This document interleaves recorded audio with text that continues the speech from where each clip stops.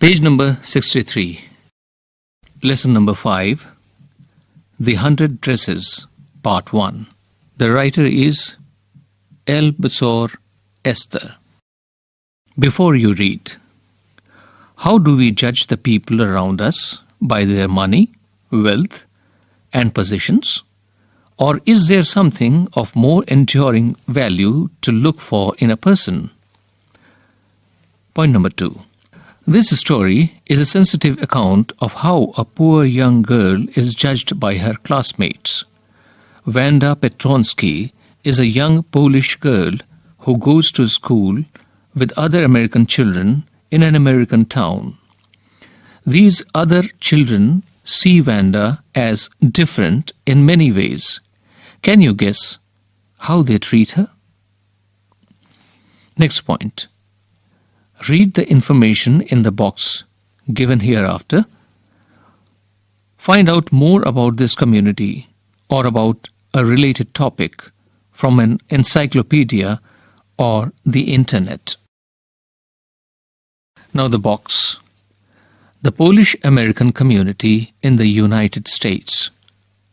The first Polish immigrants arrived in America in 1608, but the largest wave of Polish immigration occurred in the early 20th century when more than 1 million Poles migrated to the United States. The Polish state did not exist at that time, and the immigrants were identified according to their country of origin rather than to ethnicity. They were identified as Russian Poles, German Poles, and Austrian Poles. One of the most notable Polish-American communities is in Chicago and its suburbs. So Chicago is sometimes called the second largest Polish city in the world, next only to Warsaw, the capital of Poland. Polish Americans were sometimes discriminated against in the United States, as were the Irish, Italians, and Jews. According to the United States 2000 census, 667,414 Americans of age 5 years and older reported Polish as the language spoken at home, which is about 1.4% of the people who speak languages other than English, or 0.25% of the US population. Page number 64. Today, Monday, Wanda Petronsky was not in her seat. But nobody, not even Peggy and Madeline, the girls who started all the fun, noticed her absence.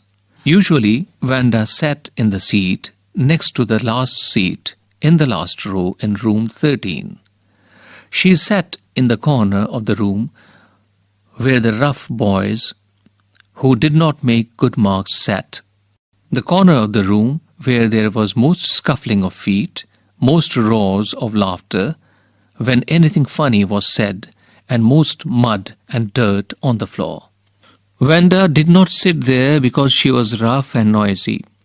On the contrary, she was very quiet and rarely said anything at all, and nobody had ever heard her laugh out loud. Sometimes she twisted her mouth into a crooked sort of smile, but that was all. Nobody knew exactly why Wanda sat in that seat, unless it was because she came all the way from Boggins Heights, and her feet were usually caked with dry mud. But no one really thought much about Wanda Petronsky once she sat in the corner of the room. The time when they thought about Wanda was outside the school hours, at noontime, when they were coming back to school, or in the morning, early before school began, when groups of 2 or 3, or even more, would be talking and laughing on their way to the schoolyard. Then sometimes they waited for Wanda to have fun with her. The next day, Tuesday, Wanda was not in school either, and nobody noticed her absence again. But on Wednesday, Peggy and Maddie, who sat down front with other children who got good marks and who didn't track in a whole lot of mud. Did notice that Wanda wasn't there. Peggy was the most popular girl in school. She was pretty. She had many pretty clothes and her hair was curly. Maddie was her closest friend. The reason Peggy and Maddie noticed Wanda's absence was because Wanda had made them late to school. Page 65. They had waited and waited for Wanda to have some fun with her, and she just hadn't come. They often waited for Wanda Petronsky to have fun with her. Oral comprehension check. Number 1. Where in the classroom does Wanda sit and why? Number 2. Where does Wanda live? What kind of a place do you think it is? Number 3. When and why do Peggy and Maddie notice Wanda's absence? Number 4. What do you think to have fun with her means? Wanda Petronsky. Most of the children in room 13 didn't have names like that. They had names easy to say, like Thomas, Smith, or Alan. There was one boy named Bounce, Willie Bounce, and people thought that was funny, but not funny in the same way that Petronsky was. Wanda didn't have any friends. She came to school alone and went home alone. She always wore a faded blue dress that didn't hang right. It was clean, but it looked as though it had never been ironed properly. She didn't have any friends, but a lot of girls talked to her. Sometimes they surrounded her in the schoolyard as she stood watching the little girls play hopscotch on the worn, hard ground. Wanda, Peggy would say in a most courteous manner as though she were talking to Miss Mason. Wanda, she would say, giving one of her friends a nudge. Tell us, how many dresses did you say you had hanging up in your closet? Page number 66. 100, Wanda would say. 100, exclaimed all the little girls incredulously, and the little ones would stop playing hopscotch and listen. Yeah, 100, all lined up, said Wanda. Then her thin lips drew together in silence. What are they like? All silk, I bet, said Peggy. Yeah, all silk, all colors. Velvet too? Yeah, velvet too. 100 dresses, Wanda would repeat stolidly. All lined up in my closet. Then they would let her go. And then before she had gone very far, they couldn't help bursting into shrieks and peals of laughter. 100 dresses. Obviously, the only dress Wanda had was the blue one she wore every day. So, why did she say she had 100? What a story. How many shoes did you say you had? 60 pairs, all lined up in my closet. Cries of exaggerated politeness greeted this. All alike? Oh no, every pair is different. All colors, all lined up. Peggy, who had thought up this game, and Maddie, her inseparable friend, were always the last to leave. Finally, Wanda would move up the street, her eyes dull and her mouth closed, hitching her left shoulder every now and then, in the funny way she had, finishing the walk to school alone. Peggy was not really cruel.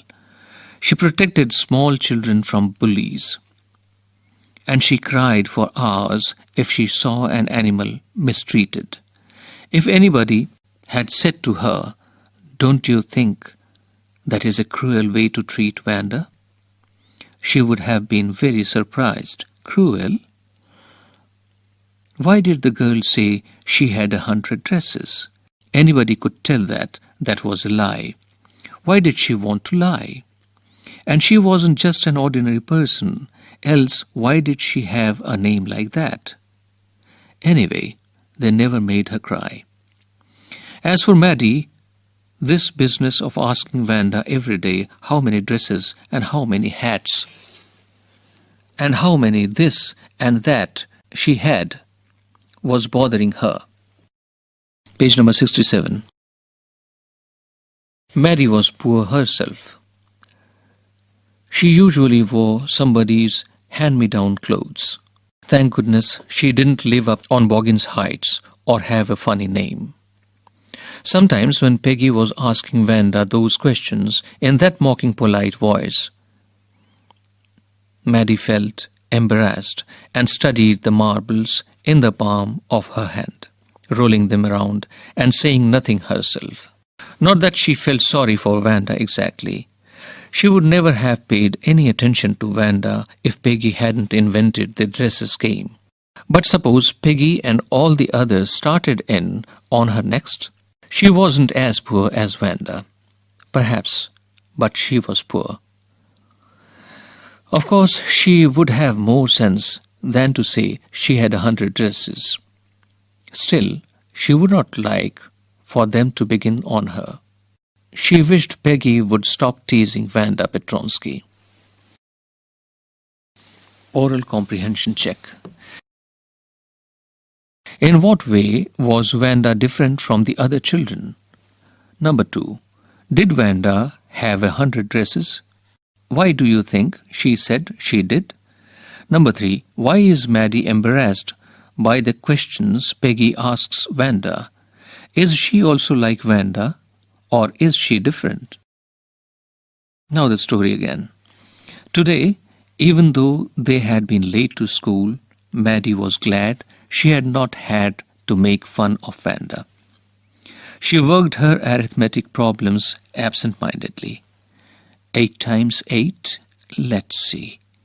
She wished she had the nerve to write Peggy a note, because she knew she never would have the courage to speak right out to Peggy, to say, "Hey, Peg, let's stop asking Vanda how many dresses she has." When she finished her arithmetic, she did start a note to Peggy. Suddenly, she paused and shuddered. She pictured herself in the schoolyard, a new target for Peggy and the girls. Peggy might ask her where she got the dress that she had on, and Maddie would have to say it was one of Peggy's old ones that Maddie's mother had tried to disguise with. Page number 68. If only Peggy would decide of her own accord to stop having fun with Vanda. Oh well, Maddie ran her hand through her short blonde hair as though to push the uncomfortable thoughts away. What difference did it make? Slowly, Maddie tore into bits the note she had started. She was Peggy's best friend, and Peggy was the best-liked girl in the whole room. Peggy could not possibly do anything that was really wrong, she thought. As for Vanda, she was just some girl who lived up on Boggins Heights and stood alone in the schoolyard. She scarcely ever said anything to anybody. The only time she talked was in the schoolyard about her 100 dresses. Maddie remembered her telling about one of her dresses, pale blue, with coloured trimmings. And she remembered another that was brilliant jungle green and a red sash. "You'd look like a Christmas tree in that," the girls had said in pretended admiration. Thinking about Vanda and her 100 dresses all lined up in the closet, Maddie began to wonder who was going to win the drawing and colouring contest. For girls, this contest consisted of designing dresses, and for boys, of designing motorboats. Probably Peggy would win the girls' medal. Peggy drew better than anyone else in the room. At least, that's what everybody thought. She could copy a picture in a magazine or some film star's head so that you could almost tell who it was. Oh, Maddie was sure Peggy would win. Well, tomorrow the teacher was going to announce the winners. Then they would know. The next day it was drizzling. Maddie and Peggy hurried to school under Peggy's umbrella. Naturally, on a day like this, they didn't wait for Wanda Petronsky on the corner of Oliver Street, the street that far, far away, under the railroad tracks and up the hill, led to Boggins Heights. Anyway, they weren't taking chances on being late today because today was important. Page number 69. Do you think Miss Mason will announce the winner today? Asked Peggy. Oh, I hope so. The minute we get in, said Maddie. Of course, you'll win, Peg. Hope so, said Peggy eagerly. The minute they entered the classroom, they stopped short and gasped. There were drawings all over the room, on every ledge and window sill, dazzling colors and brilliant, lavish designs, all drawn on great sheets of wrapping paper. There must have been 100 of them, all lined up. These must be the drawings for the contest. They were. Everybody stopped and whistled or murmured admiringly. As soon as the class had assembled, Miss Mason announced the winners. Jack Beggles had won for the boys, she said, and his design for an outboard motor was an exhibition in room 12, along with the sketches by all the other boys. As for the girls, she said, although just 1 or 2 sketches were submitted by most, one girl, and room 13 should be proud of her. This one girl actually drew 100 designs, all different and all beautiful. In the opinion of the judges, any one of the drawings is worthy of winning the prize. I am very happy to say that Wanda Petronsky is the winner of the girls' medal. Page number 70. Now the lesson continues. Unfortunately, Wanda has been absent from school for some days and is not here to receive the applause that is due to her. Let us hope she will be back tomorrow. Now, class, you may file around the room quietly and look at her exquisite drawings. The children burst into applause, and even the boys were glad to have a chance to stamp on the floor, put their fingers in their mouths, and whistle, though they were not interested in dresses. Look, Peg, whispered Maddie. There is that blue one she told us about. Isn't it beautiful? Yes, said Peggy. And here is that green one. Boy, and I thought I could draw. Oral comprehension check. Why didn't Maddie ask Peggy to stop teasing Wanda? What was she afraid of? Number 2. Who did Maddie think would win the drawing contest and why? Number 3. Who won the drawing contest? What had the winner drawn? Thinking about the text. Number 1. How is Wanda seen as different by the other girls? How do they treat her? Number 2. How does Wanda feel about the dresses game? Why does she say that she has 100 dresses? Number 3. Why does Maddie stand by and not do anything? How is she different from Peggy? Was Peggy's friendship important to Maddie? Why? Which lines in the text tell you this? Number 4. What does Miss Mason think of Wanda's drawings? What do the children think of them? How do you know? Page number 71. Thinking about language. Number 1. Look at these sentences. A. She sat in the corner of the room where the rough boys who did not make good marks sat. The corner of the room where there was most scuffling of feet. B. The time when they thought about Vanda was outside the school hours.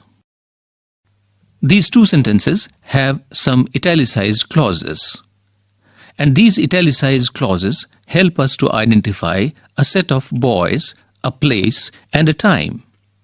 They are answers to the questions: what kind of rough boys? Which corner did she sit in? And what particular time outside of school hours?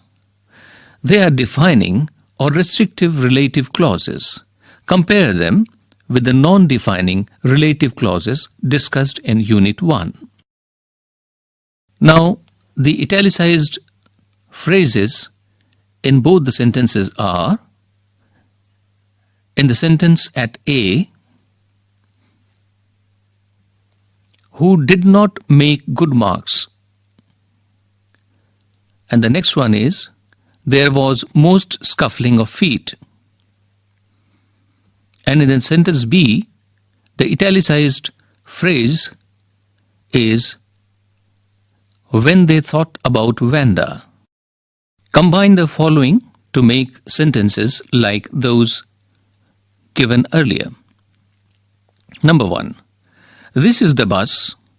What kind of bus? It goes to Agra.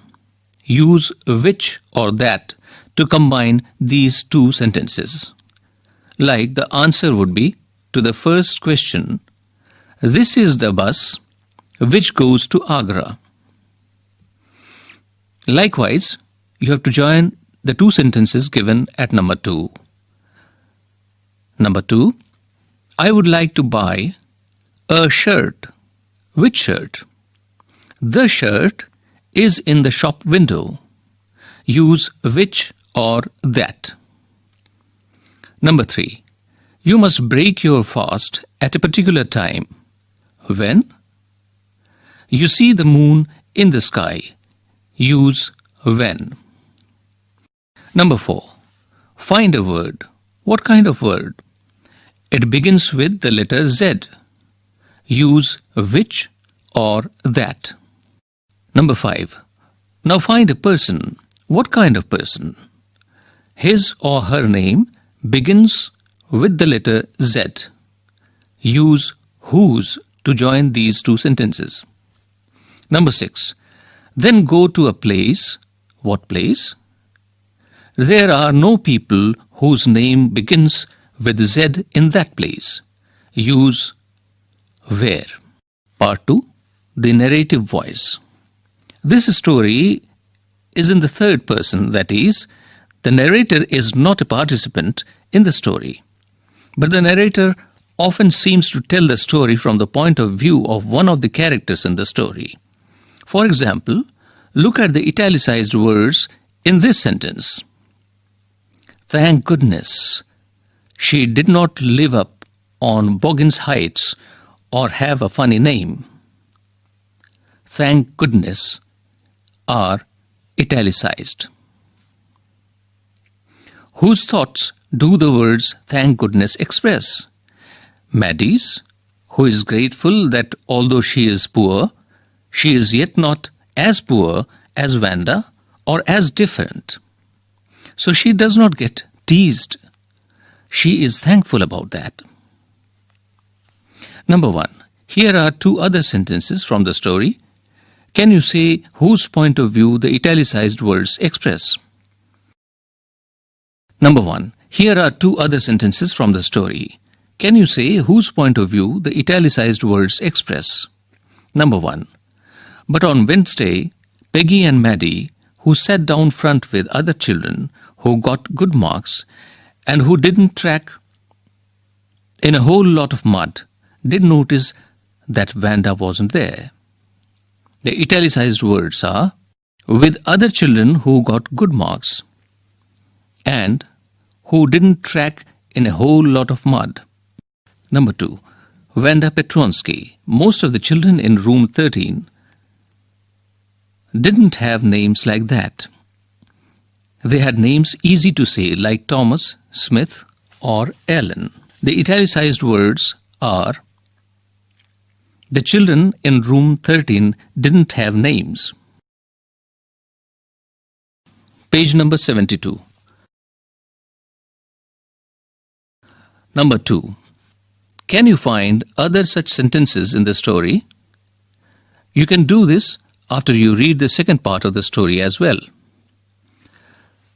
Third part. Look at this sentence. The italicized adverb expresses an opinion or point of view. Obviously, the only dress Vanda had was the blue one she wore every day. This was obvious to the speaker, and the italicized word is obviously. Other such adverbs are apparently, evidently, surprisingly, possibly, hopefully, incredibly, and luckily. Use these words appropriately in the blanks in the sentences given hereafter. You may use a word more than once, and more than one word may be appropriate for a given blank. Number 1. Blank, he finished his work on time. Number 2. Blank, it will not rain on the day of the match. Number 3. Blank, he had been stealing money from his employer. Number 4. Television is blank to blame for the increase in violence in society. Number 5. The children will blank learn from their mistakes. Number 6. I can't blank lend you that much money. Number 7. The thief had blank been watching the house for many days. Number 8. The thief blank escaped by bribing the jailer. Number 9. Blank, no one had suggested this before. Number 10. The water was blank hot. Now the glossary. Page number 64. Scuffling of feet.